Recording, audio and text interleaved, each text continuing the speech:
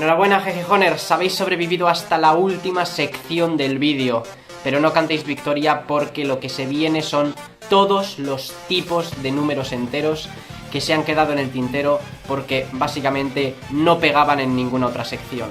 Así que esperaos ahora una metralleta de tipos de números con alguna curiosidad que otra, pero evidentemente no me voy a enrollar en prácticamente ninguno. Vamos a ello.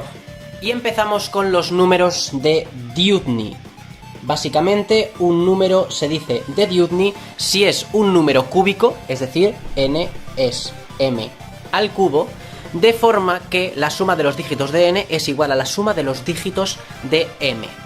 Y por ejemplo, tenemos el 512, que es 8 al cubo. Y fijaos que la suma de los dígitos, 5 más 1 más 2, es precisamente la suma de los dígitos de 8. Y esto en realidad tiene una definición algo más general, ¿vale? En realidad se pueden hacer en cualquier tipo de exponente y en cualquier tipo de base. Luego es una teoría mucho más amplia, estos números son relativamente importantes. De hecho, para ciertas combinaciones base-exponente, los números de Dewdney asociados quizás ni siquiera existen. Pero en este caso la definición más aceptada, digamos, es en base 10 y exponente 3. Y de hecho, en este caso os voy a poner cuál es el resto de números de Dewdney. El primero es el 1, evidentemente. El siguiente es el 512 y los siguientes son... Y ya no hay más números de Dewdney con esta definición. Fijaos que, por ejemplo, 4913 es 17 al cubo, así que también se cumple. Pasamos directamente a los números de Curzon, evidentemente totalmente distintos. Aquí nada tiene orden ni concierto. Los números de Curzon son números n, tales que 2 por n más 1 divide 2 a la n más 1.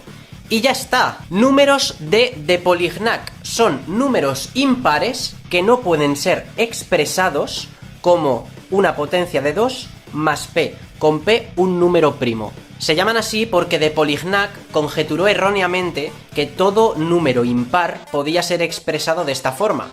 Y resulta que no, que hay números impares que no. Y esos son los números de Polignac. Poleg2 probó que hay efectivamente infinitos. Y de hecho esto es así porque todo número de esta forma es un número de Polignac. Se sabe, por ejemplo, que el número de Polignac compuesto más pequeño, porque los primeros son todos primos, pero el compuesto más pequeño es 905. Y el número de Polignac cuadrado más pequeño es 40.401. Así que ahí tenéis dos datitos extra. Pasamos a los números de ronda. Estos ya os digo que son una fumada máxima. Un número se dice de ronda en base b si el producto de sus dígitos en base b es igual a la suma de sus factores primos multiplicado por b. What the fuck, efectivamente. Un ejemplo, y con esto lo vais a ver, espero, porque aún así, es 1568. Su descomposición en factores primos es 2 a la 5 por 7 al cuadrado. Bien, este número en base 10... es 1568, ¿no? Porque estamos haciendo todo en base 10. Luego, la multiplicación, el producto de sus dígitos en base 10 es 1 por 5 por 6 por 8. Y eso es igual a la suma de sus factores primos, 2 más 2 más 2 más 2 más 2 más 7, multiplicado por la base b, que es 10. Si esto se cumple, entonces es de ronda. Mira, yo ya paso. Se sabe que solo pueden existir en bases compuestas, es decir, no primas. Se sabe también que hay infinitas, lo cual, no sé, me parece una cosa... ¿Cómo pruebas esto? Es que yo ya no entiendo nada. Hay números que son de ronda en varias bases y el más pequeño de ellos es, curiosamente, 1000, ¿vale? Porque 1000 es 2 al cubo por 5 al cubo. Y en base 16, 1000 se escribe como 3... 14, 8, ¿ok? Porque es 8 por 1 más 14 por 16 más 3 por 16 al cuadrado. Supongo, es que yo ni lo he probado, pero se supone que es así, ¿vale? Entonces esto es en base 16 y en base 36 es 27, 28. Luego en el caso del 1000, 3 por 14 por 8 es igual a 16 multiplicado por la suma de esto. Y 27 por 28 es igual a 36 por la suma de todo esto. Bueno, vamos a pasar de número, por favor. O sea, yo creo que tengo las mismas ganas que vosotros. Pero no por pasar de tipo de número va a ser más sencillo. Vamos a los números dóciles, en inglés números amenable, no sé cómo se dice, amenable. Un número n se dice dócil si existen n números enteros tales que su suma es igual a su producto. Por ejemplo, 8 es un número dócil porque existen 8 números enteros, que son precisamente estos de aquí, y estos números cumplen que al sumarse o al multiplicarse dan el mismo resultado, que curiosamente es 8, que es nuestro n, pero esto no tiene por qué ser así, ¿vale? Con que sea el mismo resultado al sumar y al multiplicar es un número dócil. Está probado que n es dócil sí y solo sí, y aquí hay dos cosas que se tienen que cumplir. Por un lado, que n no sea igual a 4 y que n sea un múltiplo de 4 o un múltiplo de 4 más 1. Y continuamos con los números Osiris. Estos sí que están bastante guapos. Un número se dice de Osiris si es igual a la suma de las permutaciones de sus dígitos, por así decirlo. Y el más famoso de ellos es 132, porque 132 es, pues vamos a coger todas las permutaciones de dos dígitos que podamos, y son 12, 21, 13, 31, 23 y 32. Y no podemos coger más porque solo tenemos 1, 3 y 2. Y resulta que la suma de todo esto es 132. Luego es un número de Osiris. El nombre se le da por la mitología egipcia, cuando se supone que Set desmembró a Osiris y lo esparció por todo el Nilo y luego fue Isis reconstruyéndolo. Yo qué sé. Si yo ya... Vamos con los A-pointer. Y estos en realidad son un tipo de primos. La A viene de añadir o de adición, ¿vale? Básicamente un primo se dice A-pointer si ese primo más la suma de sus dígitos es el siguiente primo, literalmente el consecutivo. Entonces el 293 es un ejemplo de primo A-pointer, porque 293 más 2 más 9 más 3 es 307, que es el siguiente primo. Definición facilita, vamos a la siguiente, y esta también es un poco extraña. Básicamente son los números de quinea. Y un número es de quinea si es de la forma 2 elevado a k más 1 al cuadrado menos 2, ¿vale? Es lo que se llaman casi cuadrados, ¿no? Near squares, porque es un cuadrado de cierta forma y luego le restas 2. Entonces evidentemente son infinitos por construcción, pero sí que os puedo decir que el número primo de quinea más grande que se conoce es el siguiente. Ahí lo tenéis, tremendo. Vamos con algo más complicado y son los números idóneos. También se llaman números convenientes.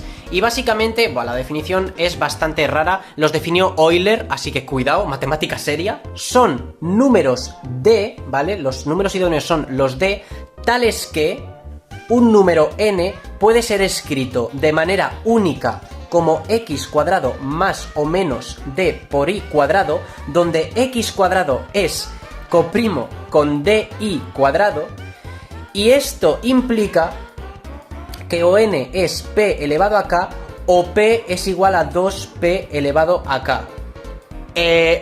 Wow, ok, whatever. Se puede reformular, de hecho os voy a dar una definición un poco más sencilla. Un número se dice idóneo si y solo si no puede ser escrito de la forma AB más BC más AC, ¿vale? Ya está, donde A, B y C son positivos. Aquí lo curioso es que solo se conocen 65 números idóneos y se conjetura que son los únicos, ¿vale? Que la lista ya está completa. Es una cosa que no se sabe, pero lo que sí que se sabe es que de no estar completa, sí que está probado que habría solo uno más, ¿ok? A mí me parece esto chulo, la verdad. Hemos hablado de los números de Luca, de los números de Luca Lemer, pero no hemos hablado de los números de Lemer. Hombre, que también este señor hizo cosas en solitario. Un número se dice de Lemer si la función totiente de ese número... ¿Recordáis la función totiente? Espero. Cuando hablamos de coprimos, es la función que te cuenta el número de números coprimos inferiores a n.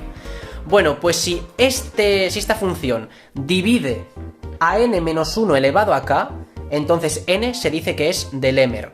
De hecho, se dice que es de k Lemer, porque ya depende del exponente k. Daos cuenta de que todos los números primos son en realidad 1 Lemer, ¿vale? Es decir, escogiendo en la definición k igual a 1. ¿Por qué? Porque la función totiente de un número primo es p menos 1.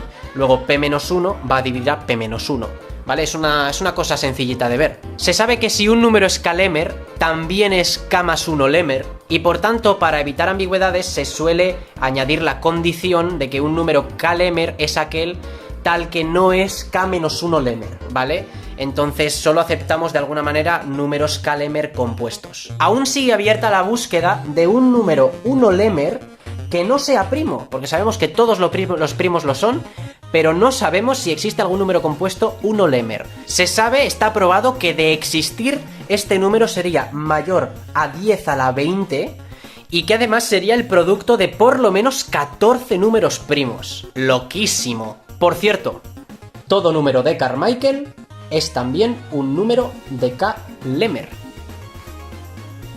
Números de Sastry. Estos son muy curiosos, son números n que concatenados, ¿vale? Esto significa concatenado, con n+1 forman un número cuadrado. Con concatenar me refiero a, de alguna manera, pegarlos, ¿vale? Como poner uno detrás del otro. Entonces, un ejemplo de un número Sastry es el 183. ¿Por qué? Porque 183 concatenado con 184, es decir, 183.184, es precisamente 428 al cuadrado. Luego es un número cuadrado. Está demostrado que existe un número de Sastry de k dígitos si y solo si 10 elevado a k+1 no es primo. Esto es una cosa bastante curiosa. Y además, esto ocurre solo cuando k es igual a 1 y cuando k es igual a 2 para valores de k menores de 10 elevado a 5, o sea, de 100.000, para que veáis que esto pase es una cosa muy rara. Pero más raros son los números de Hogben. ¿Habéis visto como hilo? Un número de Hogben es un número de la forma n² menos n más 1. Vale, y diréis, ok, una fórmula más, como 1000 que me has lanzado, pero ¿esto qué significa? Pues si esto sí que tiene una representación gráfica, por así decirlo. Y resulta que si escribimos los números en una espiral, es decir, de esta forma, 1, 2, 3, 4, 5, 6, 7, 8, 9, 10... algo así. Pues resulta que los números de Hogben son precisamente los que se encuentran en las esquinas de esta diagonal. Estos de aquí. ¿No os parece bastante chulo? A mí me parece bastante chulo. Y tienen propiedades curiosas hablando de matrices. Por ejemplo, se sabe que el enésimo número de Hogben, que se llama h sub n, representa el máximo número de unos que una matriz n por n, compuesta por ceros y unos, puede contener, de forma que aún sea inversible. A mí esto me parece flipante, no sé vosotros. Como diría un streamer, tremendo el Hogben, ¿no, chat? ¡Está God, cabrón! Un número apocalíptico es todo número que sea una potencia de 2 y en algún momento de sus dígitos aparezca 666. Y ya está. El número apocalíptico más pequeño es 2 elevado a 157. Y no lo voy a escribir entero, pero como veis, aquí aparece 666. Hay incluso potencias de 2 en la que 666 aparece 2 veces. La más pequeña de ellas es 2 elevado a 220. Y la más pequeña en la que aparecen 3 666 es 2 elevado a 931. Increíble, ¿verdad? Que por cierto, cuando esto ocurre, a n se le llama potencia o exponente apocalíptico. Para n's mayores a 29.785 se sabe que 2 elevado a n es muy probable que sea apocalíptico, y también se piensa que estos 8 números son los únicos que contienen el 666, pero no son exponentes apocalípticos, y todo el resto sí lo son. Es algo que se piensa y no se sabe. Los números interprimos, y estos sí que son muy fáciles de definir, un número es interprimo si es compuesto y es la media aritmética de 2 números primos consecutivos. Y un ejemplo claro es el 21. El 21 es compuesto porque es 3 por 7, pero es que además es la media aritmética de 19 y 23, que son 2 primos consecutivos. Así de fácil. Vamos con algo más raro, pero como existen, me veo en la obligación de mostrároslos. Son los números de Zisel y para ello tenemos que escribirnos una secuencia. Hace mucho que no hablamos de secuencias. El primer número de esta secuencia va a ser 1, Y el siguiente número de la secuencia va a ser a veces el anterior más b.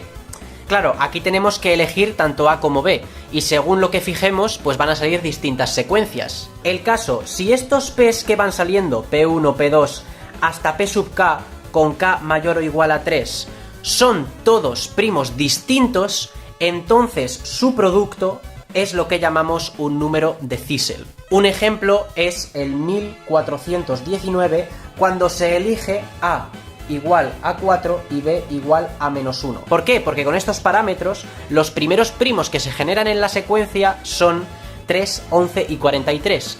Y precisamente su producto es 1419. Ah, y por cierto, está demostrado, y de hecho es bastante trivial, todos los números de Zisel, por construcción, son libres de cuadrados. Hablemos de números imprimeables.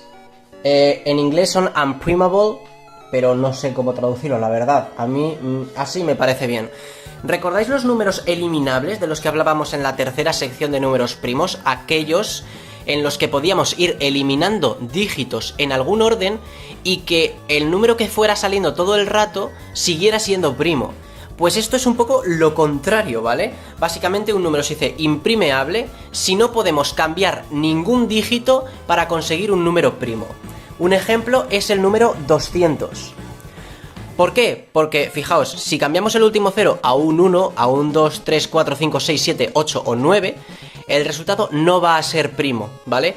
Y si cambiamos el dígito central o el primero, aún así va a seguir acabando en 0, así que tampoco va a ser primo. Luego, es imposible crear un primo a partir de 200 cambiando solo un dígito. Sin embargo, el número 144 no es imprimeable, porque si cambiamos el último 4 a un 9, esto es un primo, ¿vale? Para que veáis la diferencia, este sí, este no. Se sabe que todos los números de la forma 510 más un múltiplo de 2310 son imprimeables, es decir, hay infinitos. Y si esto que estamos hablando para números compuestos ocurre para primos, es decir, tenemos un número primo y no podemos convertirlo en otro primo cambiando un solo dígito, estos primos se llaman primos débiles. El primer primo débil, para que veáis que no son nada comunes, es 294.001. No podéis cambiar ningún dígito para que vuelva a ser primo. Me parece bastante tocho, la verdad. Vamos con los números autodescriptivos. Estos son otra fumada, ¿vale? En inglés son self-describing. Un número n, cuyos dígitos esta vez vamos a nombrar como Q1, D1, Q2, D2, Q3, D3, ¿vale? Pero siguen siendo dígitos, aunque los llame Q y D, son todo un dígito, otro dígito, ¿vale?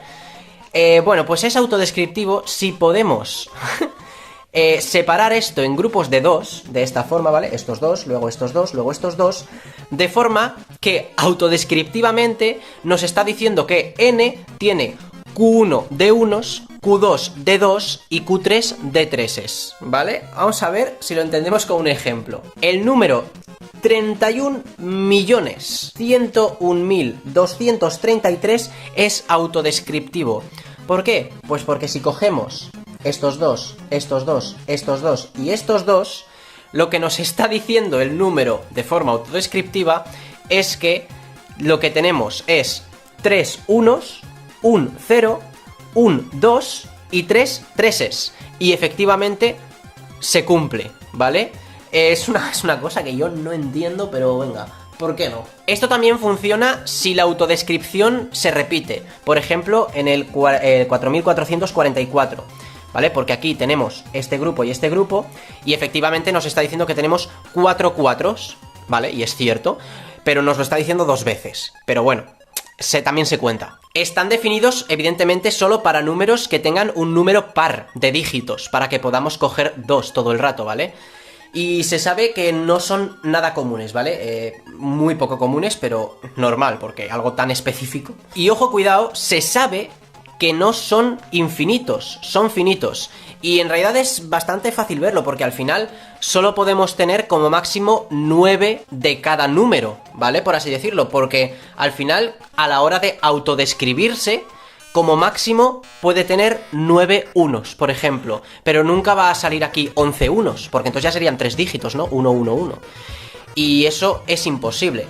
Luego sí, como máximo vamos a decir que un número autodescriptivo va a tener, pues, si no me equivoco, 90 dígitos, ¿no? 9 por cada número del 0 al 9. Vamos a seguir con unos números que se llaman los números D, o los D-números, que por cierto también se llaman números de Nodel. A ver, esta definición no es tan bonita, ¿vale? Entonces son números n mayores que 3, vamos a poner, tal que dividen todos los números de la forma k elevado a n menos 2 menos k para todos los k entre 1 y n, pero siempre que k sea coprimo a n. Un ejemplo es el 9. ¿Cuántos números inferiores a n hay que sean coprimos con 9? Pues veamos, está el 2, el 3 no es coprimo, el 4, el 5 sí es coprimo, el 6 no porque contiene el 3, el 7 y el 8, ¿vale? Tenemos todos estos. Bueno, pues entonces 9 va a dividir k, cada uno de estos son nuestros k's, entonces vamos a empezar con el 2, elevado a n-2, que es 7, menos 2, va a dividir también a 4 elevado a 7 menos 2, a 5 elevado a 7 menos 2, perdón, esto sigue siendo k, esto es 4, esto es 5, a 7 elevado a 7 menos 7 y a 8 elevado a 7 menos 8, ¿ok? Va a dividir a todos estos. No lo he comprobado, vamos a probar por ejemplo para el 4, 4 elevado a 7 menos 4 partido 9, efectivamente, ¿vale? Y tendría que suceder para todos. Pues esto es un D-número, un número de Nodel. Los números de Hyuga, este sí que no tengo ni idea de cómo se pronuncia. Un número n se dice de Hyuga si p divide n partido p menos 1 para todo p y cuando p es un divisor primo de n. Es decir, si todos los divisores primos de n cumplen que dividen esta mierda, ¿vale? Entonces, como ya digo, otra definición un poco rarita, pero se tiene una definición análoga que, bueno, como si fuera más fácil. Un número se dice de Hyuga si y solo si se cumple esto, ¿vale? Que es el sumatorio de 1 partido p menos el productorio de 1 partido p, donde en este caso p va a través de todos los divisores de n, ¿vale? Podríamos decir. Entonces, si esto es un número natural, entonces n es un número de Hyuga. Son definiciones análogas, ya lo he dicho. Entonces, usando esta definición, que es más fácil, no más fácil, pero más rápida que esto, porque aquí hay que probar todos los primos, ¿no? Pero, por ejemplo, el 858, que es igual a 2 por 3 por 11 por 13, es un número de Hyuga porque si hacemos esta fórmula, ¿vale? Que es, pues, el sumatorio de 1 partido p, un medio, más un tercio, más un onceavo, más un treceavo, menos el productorio de 1 partido p, es decir, menos un medio por un tercio por un onceavo por un treceavo, es igual a 1, es decir, un número natural, ¿ok? Luego, como esto se cumple también, ¿vale? Porque es lo mismo. Y 858 es un número Hyuga, o de Hyuga, o de Juga, de Jujalá, yo qué sé. Se sabe que los números de Hyuga van a ser libres de cuadrados y por lo menos esfénicos, es decir, producto de 3 primos. Y también hay una conjetura que dice que todos los números de Hyuga son pares y que no existe ningún impar. Al final, la vida es un ciclo. No vamos a ver ninguna definición, sino que vamos a ver un ejemplo. Y este ejemplo es el número 197. Entonces lo que vamos a hacer es sumar sus dígitos, es decir, 1 más 9 más 7. Y esto es igual a 17. Y ahora vamos a hacer esto reiteradas veces, pero cogiendo únicamente estos dos últimos con este que es el resultado. Es decir, ahora sería 9 más 7 más 17. Y esto es igual a 33. ¿Vale? De nuevo, ahora lo haríamos con 7 más 17 más 33, que es igual a 57. Y 33 más 57 más 107 es 197. Y esto es lo que define a un número de Keith. Son bastante raros, de hecho hay solo 84 números de Keith de menos de 26 dígitos, o sea, cuidado. Y nada, lo podemos hacer, por ejemplo, en vez de con un número de 3 dígitos, con un número de 2 dígitos, ¿vale? La cosa no cambia mucho. Entonces, el 14 es 1 más 4, que es 5, ¿vale? Y ahora haciendo esto, 4 más 5 es 9, veis que ahora solo cogemos el último, ¿vale? Es como que el que no cogemos es el primer dígito de todos y los demás sí que los sumamos. Y ahora 5 más 9, efectivamente, vuelve a ser 14. Hay una definición parecida que son los reverse Keith, por así decirlo, que es lo mismo, pero si el resultado es el número con el que comenzaste, pero dado la vuelta. Un ejemplo de esto es el 12. 12 es 1 más 2, que es igual a 3... Y 8 más 13 es 21, que es 12 dado la vuelta, ¿ok? Así de fácil, perfecto. Y ya por último, acabar con una cosa que se llaman los Keith clusters, ¿vale? En español sería los cúmulos de Keith, que son básicamente conjuntos de 2 o más números de Keith, tales que todos ellos son múltiplos del más pequeño, ¿ok? Es decir, por ejemplo, un cúmulo de Keith que se conoce es 1428, porque ambos son números de Keith y 28 es múltiplo del 14, ¿ok?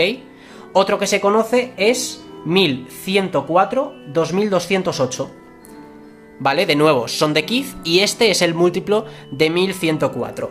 Y el último que os lo voy a poner aquí arriba porque no es un cúmulo de 2 números de Keith, sino de 3, ¿vale?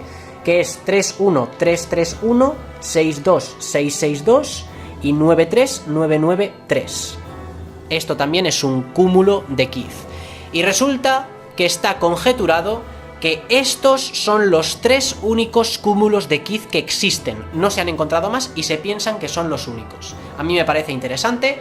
Y ya vamos a pasar a los otros tipos de números que de alguna manera están relacionados con los de Keith en la definición, pero tampoco te creas que mucho. Se trata de los números asombrosos. En inglés se llaman astonishing numbers, y básicamente un número se dice asombroso si podemos dividir sus dígitos en 2 conjuntos, de forma que sumando todos los números desde este conjunto a este conjunto da el número original. ¿Se ha entendido algo? Posiblemente no, pero como vamos a hacer un ejemplo, pues genial. Y como ejemplo vamos a ver el 429.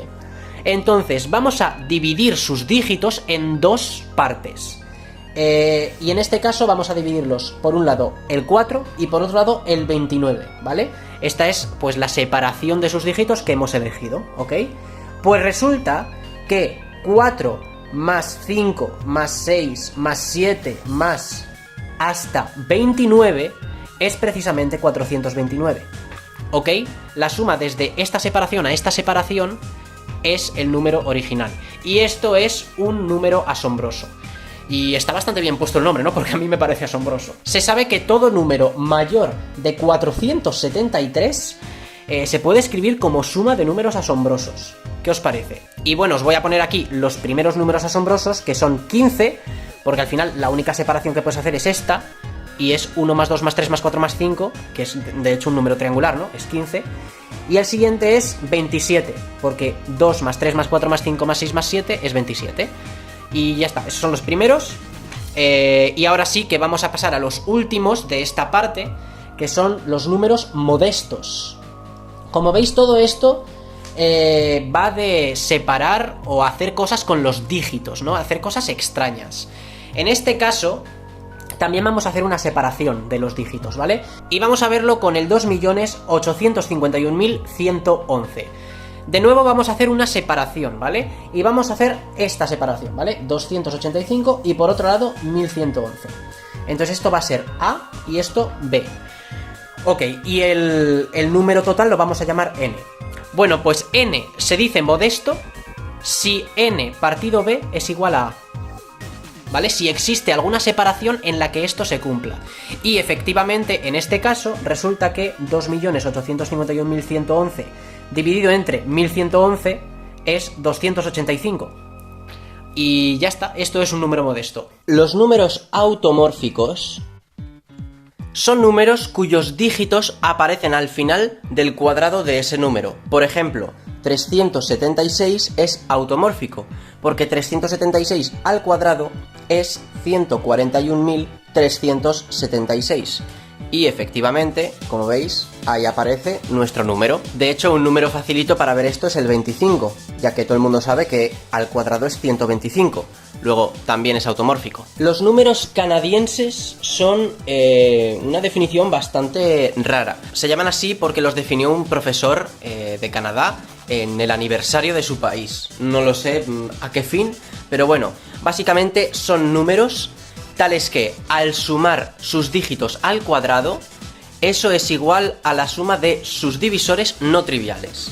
Vamos a verlo con un ejemplo, por supuesto. El número 581, si miramos cuáles son sus divisores, resulta que son el 1, el 7, el 83 y el 581.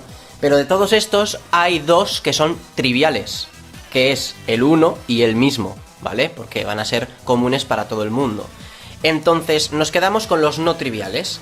Y ahora sí, si hacemos la suma de los dígitos al cuadrado, 5 al cuadrado más 8 al cuadrado más 1, esto tiene que ser igual a 7 más 83, es decir, 90. Los números de Poulet, o yo lo pronuncio así, pero la verdad es que me lo estoy inventando un poco, Poulet, básicamente son una definición relativamente parecida a los números de Carmichael, en el sentido de que tiene que ver con números compuestos que cumplen algo que deberían cumplir solo los primos, relativos al pequeño teorema de Fermat. Recordad que se tiene por el pequeño teorema de Fermat que 2 elevado a p menos 1 menos 1 es congruente 0 módulo p. Es decir, ¿vale? Dicho de otro modo, 2 a la p menos 2 es un múltiplo de p, o p divide 2 elevado a p menos 2. Y esto ocurre para todos los números primos impares, ¿vale? Esto es una particularización, digamos, del pequeño teorema de Fermat. Bueno, pues si un número mayor que 1, que es compuesto, pero que cumple también este, entonces se dice que es un número de Poulet, ¿ok? También se les llama números de Sarrus. Vamos ahora con los números raros. Y ojo, cuidado, porque hemos visto los números extraños, ¿ok? Que en inglés eran weird. Estos son raros, en inglés rare. Y no son para nada lo mismo, ¿vale? Los extraños tenían que ver con los números perfectos, ¿recordáis? Estos son una cosa totalmente distinta. Esto tiene que ver con el reversal de un número, es decir, el darle la vuelta a sus dígitos, ¿ok? Entonces, se tiene que un número es raro si n, ¿vale? Este es nuestro número, más o menos r, y r es el reversal de n, es siempre un número al cuadrado. Vamos a hacer el ejemplo con el segundo número raro. El primero es 65, pero el segundo, que tiene un poco más de gracia porque es más largo, es 621.770. Y resulta que este número más su reversal, que es 077126, ¿vale? Ponerlo al revés. Esto de aquí es igual a 836 al cuadrado. Luego efectivamente es un cuadrado. Pero también restándolo a 077126, esto es igual a 738 al cuadrado. Y ya está, no son nada comunes, de nuevo, por eso se les llama raros, valga la redundancia. Así que ahí quedan. Vamos con dos números muy raros y que están relacionados. Primero, los números repfigit. No confundir con los repdígitos, ¿vale? Esto no tiene nada que ver. Los números repfigit tienen que ver con la sucesión de Fibonacci, una vez más apareciendo. Básicamente, un número se dice repfigit, vamos a poner un número n, cuyos dígitos sean, pues, de 1, de 2, de 3, ¿ok? Un número de 3 dígitos, y estos son sus dígitos. Bien, pues si usamos estos 3 dígitos como nuestros valores iniciales de la secuencia, es decir, de 1, de 2, de 3, ¿vale? Y ahora aplicamos la función generatriz de la función de Fibonacci adaptada a los valores iniciales, es decir, que el siguiente número va a ser la suma de los 3 anteriores. Entonces el siguiente número pues será de 1 más de 2 más de 3, el siguiente sería de 2 más de 3 más esto de aquí, ¿vale? y iríamos haciendo la sucesión. Pues un número se dice repfigit si al hacer esto, en algún punto de la sucesión vuelve a aparecer n. Veis que es una definición extraña, pero un ejemplo es necesario. Voy a hacerlo de hecho en verde. El 1104, ¿vale? Si construimos una sucesión que empiece como 1, 1, 0, 4, ¿vale? Y ahora hacemos que el siguiente número sea la suma de los 4 anteriores, es decir, el siguiente será 6. El siguiente, 1 más 4 más 6, 11. El siguiente, 4 más 6 más 11, 21. Y seguimos, os aseguro, no voy a escribirlos todos, que en algún momento vuelve a aparecer 1104. Luego se autocontiene, por así decirlo, y es un repfigit. Y como ya digo, otro tipo de número que se parece un poco en esta mecánica son los números Fibodiv. Estos son números que, de nuevo, vamos a poner como ejemplo en nuestro n de 3 dígitos. O, mira, vamos a ponerlo de 4 esta vez. Son números que podemos como separar sus dígitos en dos grupos. Por ejemplo, vamos a elegir pues estos dos y estos dos, ¿vale? No tiene por qué ser grupos del mismo tamaño, ¿vale? Puedo coger el de 1 y por otro lado de 2, de 3, de 4. Bueno, pues si hacemos esto y de nuevo volvemos a generar una sucesión de Fibonacci, pero esta vez usando como valores iniciales estos grupos, es decir, de 1, de 2 y por otro lado de 3, de 4, el siguiente número será, según la regla de la sucesión de Fibonacci, la suma de los dos anteriores, es decir, de 1 de 2 más de 3 de 4, el siguiente de 3 de 4 más esto de aquí, etc. Y de nuevo, un número se dice Fibodiv si en algún momento de esta sucesión aparece de nuevo n. Y vamos a verlo con un ejemplo que es el 549. Si separamos 549 en este grupo de aquí, 54, y este de aquí, 9, resulta que si empezamos con 54, 9 y seguimos la sucesión, y 207 más 342 es 549. Luego es un número Fibodiv. Notar que estos números se relacionan, por ejemplo, en el hecho de que los repfigit de 2 dígitos son automáticamente Fibodiv, porque si tenemos solo 2 dígitos, al final la separación que haríamos del Fibodiv sería solo este y este, que es precisamente la definición de un repfigit, ¿ok? Así que nada, vamos a seguir porque esto se está volviendo turbio. Los números de Carol. Y estos, hemos visto unos muy parecidos. ¡Carol no, tío! ¡Carol! Un número se dice de Carol si es de la forma 2 elevado a k menos 1 al cuadrado menos 2. Y ya está, es así de sencillo. Sí que os puedo decir que el primo de Carol más grande que se conoce es el siguiente.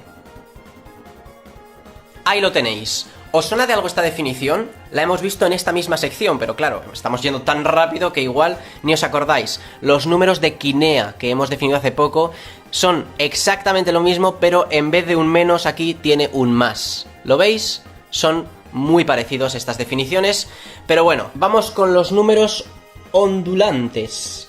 Esta definición es una chorrada, ya os lo digo. Básicamente un número es ondulante si sus dígitos se van alternando, ¿vale? Por ejemplo, el 37373, ¿vale? Esto es un número... Bueno, de hecho, tendría que acabar otra vez en 7, ¿no? Esto sería un número ondulante. Otro ejemplo, el 252. Es que de verdad, se puede generalizar a números ondulantes en alguna base. Por ejemplo, el 21 no es ondulante, rigurosamente, yo que sé, en base 10... Pero en base 2 sí que es ondulante, porque en base 2 es 1, 0, 1, 0, 1, y como veis, ondula. También se ha probado, esto, bueno, es curioso, que solo hay 4 números cuadrados que son ondulantes, y son los siguientes: 121, 11 al cuadrado, 484, 676 y 69.696. Bastante chido. Los números trimórficos. Hace nada hemos visto los números automórficos y estos son más o menos parecidos. Los automórficos, recordáis que eran aquellos que al elevar al cuadrado sus dígitos aparecían al final. Pues esto es lo mismo, pero al elevar al cubo. Un ejemplo es el número 99, que al elevarlo al cubo el resultado es 970.299. Y como tenemos aquí lo mismo que aquí, pues este número es trimórfico. Los números armónicos. Perdón por poner la H, pero es que en inglés es harmonic, ya perdonaréis. Pero bueno, un número se dice armónico si la media armónica de sus divisores es un número entero. Y aquí voy a explicar lo que es la media armónica, porque lo que todo el mundo conoce es la media aritmética. La media aritmética de un conjunto de números es sumarlos y dividir por el número de números, ¿no? La media armónica es algo distinto. De hecho, vamos a hacer el ejemplo con el número 28. Efectivamente, 28 es un número armónico. Sus divisores son el 1, el 2, el 4, el 7, el 14 y el 28. Y entonces, la media armónica, en este caso, se calcula de la siguiente manera. Cogemos el 28 y lo dividimos entre la suma de los inversos de sus divisores. Es decir, 1 más un medio, más un cuarto, más un séptimo, más un catorceavo, más un 28avo. ¿Ok? Y si realizáis esto, tiene que dar un número entero. 14. Luego, efectivamente, 28 es un número armónico. Y no es casualidad porque todos los números perfectos, y 28 es perfecto, son armónicos. Absolutamente todos. Y de hecho, se piensa que 1 es el único número impar armónico. Luego, eso es muy curioso y de hecho, de comprobarse esto, porque aún no se sabe, es una conjetura, pero de saberse esto, automáticamente se tendría también resuelta la conjetura que decía que no existen números perfectos impares, otra cosa que tampoco sabemos. Otra conjetura que se piensa es que todos los números armónicos son prácticos. ¿Recordáis esta definición que la di un poco de pasada, pero en verdad los números prácticos son bastante la hostia, si me permitís? Pero bueno, no mucho más que decir, el primer número armónico, que no es ni el 1 ni un número perfecto, es 140. Y por último decir que los números armónicos también se llaman números de Ore, ¿vale? Porque hubo un señor que se llamó Ore, que estuvo pues jugando con estas mierdas. Vamos con los sliding numbers, no sé cómo traducirlo, podría decir, aunque no es la traducción concreta, pero bueno, números tobogán. Vamos a llamarlos así, ¿por qué no? Entonces, un número n se dice tobogán si n se puede poner como suma pues de otros dos números x más y, de forma que 1 partido x más 1 partido y es igual a n partido 10 elevado a k para algún k mayor o igual a 0. ¿Esto qué quiere decir? Pues si básicamente al sumar los inversos, ¿vale? Al sumar x e y normalmente sale n, pero al sumar los inversos de x e y, lo que te sale es 0,00000n, ¿ok? Es una cosa chula, en verdad. Y vamos a ver un ejemplo. 7 es un número tobogán, porque 7 es igual a, pues, por ejemplo, 2 más 5, ¿vale? Son nuestros x e y, y resulta que 1 partido 2 más 1 partido 5 es igual a 0,7. Es decir, a 7 partido 10 elevado a 1, ¿ok? Con k igual a 1. Y entonces, no sé, es chulo. Me confundí. El número que vamos a hacer ahora es 646.625, ¿vale? Este número, me quedo sin espacio, pero bueno, lo voy a poner un poco aquí arriba. Este número, ¿vale? Los x e y son 256.000 más 390.625. Y resulta que la suma de los inversos de esto, es decir, es igual a 0,00006466625, ¿vale? Como veis, esto dividido entre 10 elevado, en este caso, a 5, ¿ok?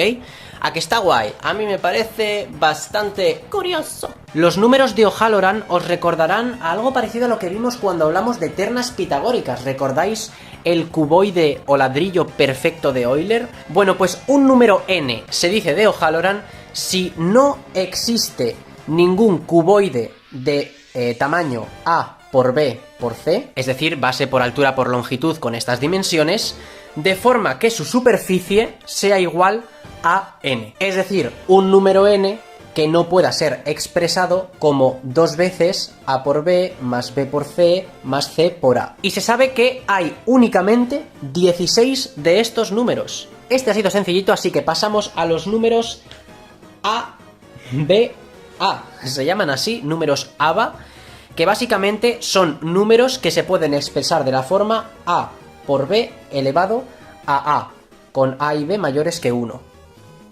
Así de sencillo, de nuevo usamos mayúsculas por convenio, pero podríamos usar minúsculas perfectamente. Entonces son unos números facilitos, pero resulta que hay números que pues tienen esta forma de escribirse de dos maneras distintas. El menor de estos números es el 648, porque es igual a 2 por 18 al cuadrado, veis que en este caso A es 2 y B es 18, pero también es igual a 3 por 6 al cubo. En este caso A es 3 y B es 6. El menor número que tiene tres formas de escribirse de esta forma es este de aquí, que tiene estas tres formas.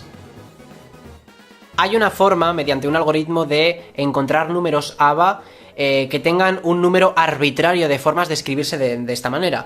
No la vamos a ver aquí porque ya os digo que es ya muy largo, no merece la pena. Pero sí que decir una cosa curiosa, hablando de ternas pitagóricas como nombrábamos hace un rato, que existen ternas pitagóricas compuestas solo de números ABA, y una de ellas es esta. Ahí la tenéis, miradla qué bonita. Y vamos a acabar este folio, porque aún no acabó la sección, por supuesto, con los números afortunados, o los números de la suerte, podríamos decir. Y este es bastante curioso. Estos números aparecen cuando realizamos una criba específica. ¿Recordáis la criba de Eratóstenes para sacar los números primos, que era simplemente ir tachando los que eran múltiplos de otros? Pues vamos a hacer ahora una criba algo distinta. Entonces, permitidme empezar a escribir los números. Con esto es suficiente. Entonces, lo que hacemos es, vale, vamos a fijar nuestro primer número, el 1, como un número de la suerte. Y por tanto vamos a eliminar de esta lista todos los números que estén una posición par en la lista. Es decir, vamos a tachar el 2, el 4, el 6, el 8... Entonces nos quedamos con estos. Como el 3 ha sobrevivido a la criba, este va a ser nuestro siguiente número de la suerte. Y vamos a eliminar de la nueva lista, ¿vale? Es decir, ahora la lista es 1, 3, 5, 7, 9. Pues de la nueva lista vamos a eliminar los que están en una posición múltiplo de 3.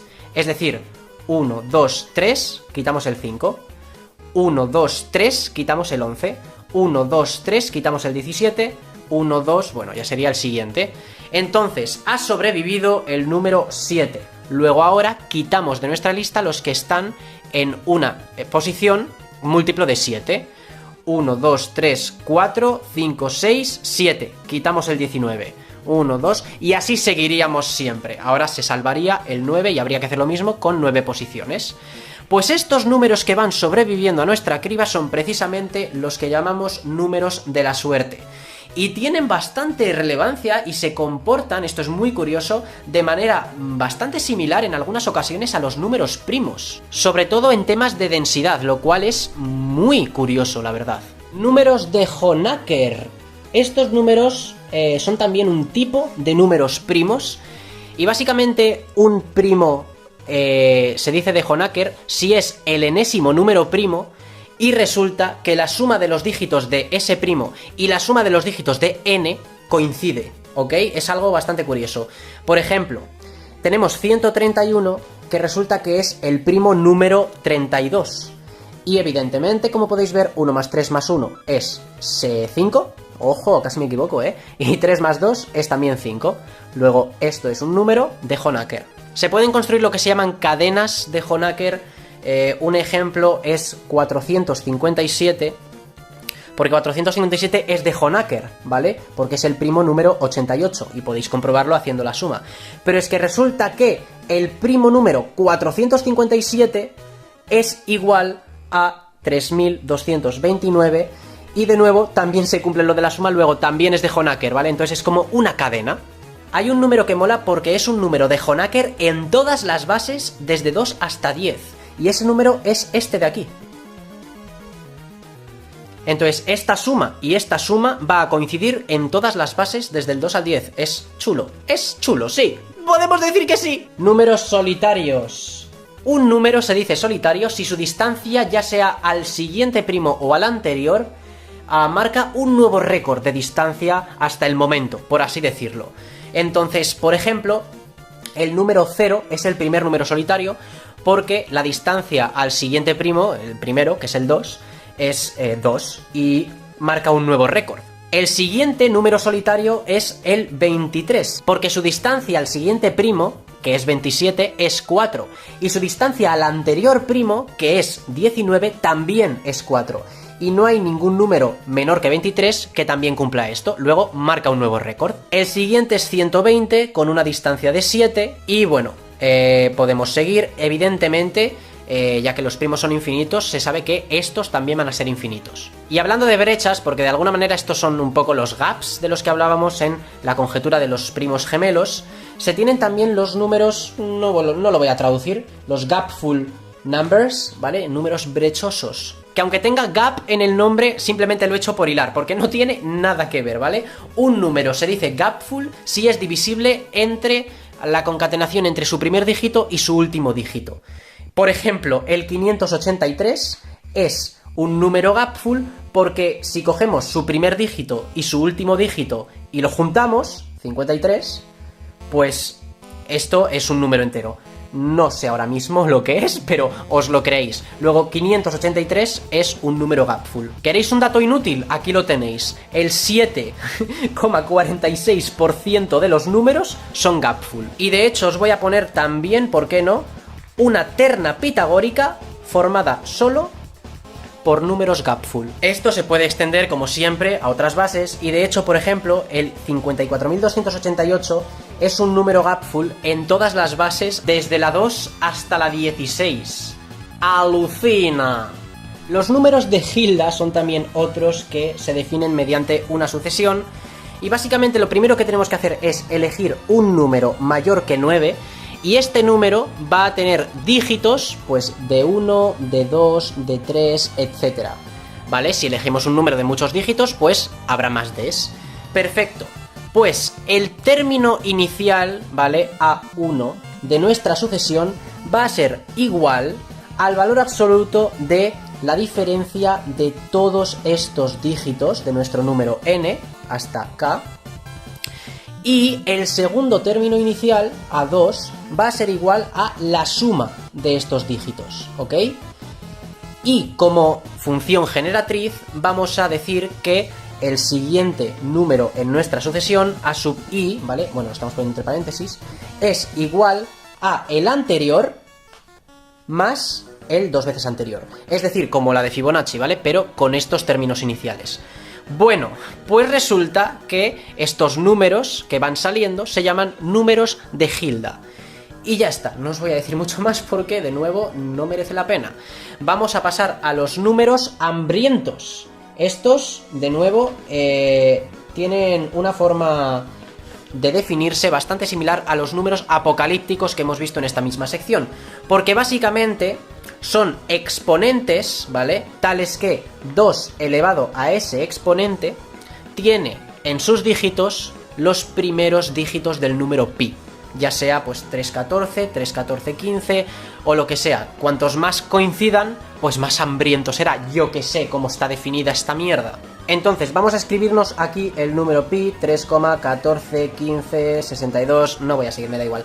Entonces, el primer número hambriento será la potencia de 2 que acierte solo el 3, ¿vale?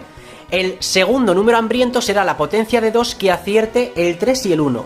El tercer número hambriento acertará estos 3. El cuarto, estos 4. ¿Veis la tónica, no? Entonces el primer número hambriento es 5. ¿Por qué? Porque 2 a la 5 es 32, que es el primer número, la primera potencia de 2 que contiene el número 3, que es el que buscábamos. El segundo número hambriento es 17, porque 2 elevado a 17 es la primera potencia de 2 en la que aparecen los dos primeros dígitos de pi, que son 3 y 1, ahí los veis.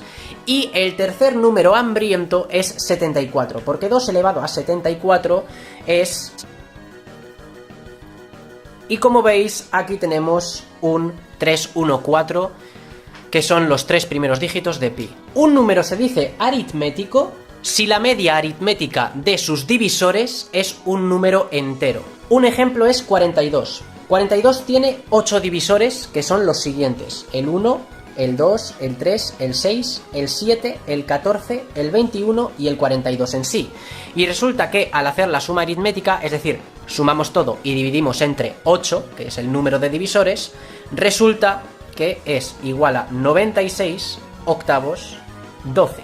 Como es un número entero, entonces 42 es un número aritmético. Un resultado evidente es que todo número primo, excepto el 2, por ser par, pero todos los números primos impares son aritméticos. De hecho, para estos primos p se tiene que p elevado a p también es un número aritmético. Y como siempre hablamos de tipos de números consecutivos, por así decirlo, resulta que en el caso de los aritméticos es extremadamente fácil encontrar muchísimos números aritméticos consecutivos. De hecho, por ejemplo, a partir de este número es aritmético y resulta que el siguiente también, el siguiente también, el siguiente también, y de hecho los 105 siguientes, para que veáis que esto hasta ahora no había ocurrido, siempre han sido pues 3, 4 consecutivos como mucho, pero en este caso es muy fácil hacerlo. Vamos ahora con un featuring legendario, porque se vienen los números de Luca Carmichael. Básicamente un número que vamos a poner, por ejemplo, que va a ser producto de 3 números primos, se dice de Luca Carmichael si es impar, para empezar, si es libre de cuadrados, ¿ok?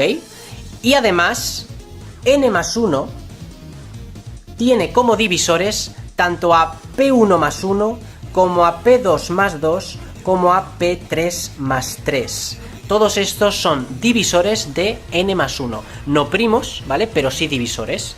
Y vamos a verlo con un ejemplo. Y se trata del 399. 399 es igual a 3 por 7 por 19. Y resulta que si le sumamos 1 a 3 es 4, a 7 es 8 y a 19 es 20. Y tanto 4 como 8 como 20 son divisores de 399 más 1, que es 400. Luego es un número de Luca Carmichael. No voy a volver a escribir todo, pero sí que decir que este es el menor número de Luca Carmichael con 3 primos en su descomposición. El menor número de Luca Carmichael con 4 factores primos es 8855, quien quiera que lo compruebe. Y este es el menor número de Luca Carmichael con 5 factores primos. Una cosa increíble. Está demostrado que hay infinitos. Y una cosa curiosa es que no se sabe si los números de Luca Carmichael son necesariamente números de Carmichael. Hacía mucho que no hablábamos de números emparejados. Pues resulta que los números de Ormiston son precisamente un tipo de pareja, ¿vale? No hemos vuelto a hablar de ellas, pero sí, existen las parejas o pares de Ormiston y son aquellos pares de primos consecutivos, tales que los dígitos de uno son los dígitos del otro pero mezclados. Aquí la gracia es que esto tiene que suceder al mismo tiempo de que sean consecutivos, lo cual no es muy fácil. Pero bueno, un ejemplo es 1913 y el siguiente primo es 1931. Y como veis tiene los mismos dígitos, pero hemos cambiado de orden los dos últimos, ¿ok? Tendríamos otro ejemplo aquí, 18.379. Y el siguiente primo es 18.397. Y como siempre tenemos parejas, pues podemos preguntarnos si existen ternas, si existen grupos de 4, de 5, de 6. Y resulta que sí, existen. De hecho, creo que se han encontrado hasta 9 tuplas, ¿vale? Es decir, grupos de 9 números primos consecutivos, tales que todo el rato son los dígitos pero mezclados. Y esta 9 tupla, ya os digo que son números primos de 74 dígitos, así que mejor no la escribo, pero que sepáis que existen. Y se sabe, típico dato que doy de vez en cuando, aunque no entiendo muy bien ni cómo se prueban estas cosas, pero bueno, todo número mayor que 119.639 es suma de pares de Ormiston. Con pares no, perdón, con números, ¿vale? Números que aparecen en pares de Ormiston. Pero bueno, me habéis entendido. Vamos al siguiente tipo de número, y estos son curiosos, son los números Tuzfrep. ¿Ok? Maravilloso. Habréis notado que es perfect al revés. Madre mía. Antes de nada, recordad que un número era perfecto si la suma de los divisores de n es igual a 2 veces n, ¿vale? Esta era la definición dada por la suma de divisores. La dada por la suma alícuota nos hacía deshacernos de este 2, ¿vale? Y era mucho más fácil de definir. Pero vamos a estar con la suma de todos los divisores, ¿ok? Bueno, pues esto es un número perfecto. Un número se dice Tuzfrep si la suma de los divisores de n es igual a n más el reversal de n, es decir, n dado la vuelta. Entonces es como la misma definición, pero en vez de sumar n con n, sumas n con n. Un ejemplo de número to the frep es 498.906. Esto es un 4, es que hago los 4 parecidos a los 9 a veces. Entonces, la suma de los divisores de este número, ¿os lo creéis? Es esta. Y resulta que este número es precisamente 498.906 más 609.894, que es eso, dado la vuelta.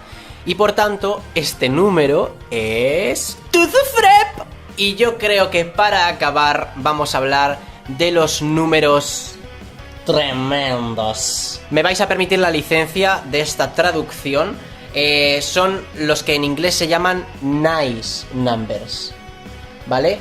Entonces, un número se dice tremendo si al cuadrado y al cubo se tienen todos los dígitos del 0 al 9 y solo una vez. Y un ejemplo, este ejemplo es maravilloso, es el 69. Porque 69 al cuadrado es igual a 4761 y 69 al cubo es igual a 328.509. Y como podéis ver, 1, 2, 3, 4, 5, 6, 7, 8, 9 y 0. Están todos. Y está demostrado que 69 es el único número que lo cumple. ¿No os parece tremendo?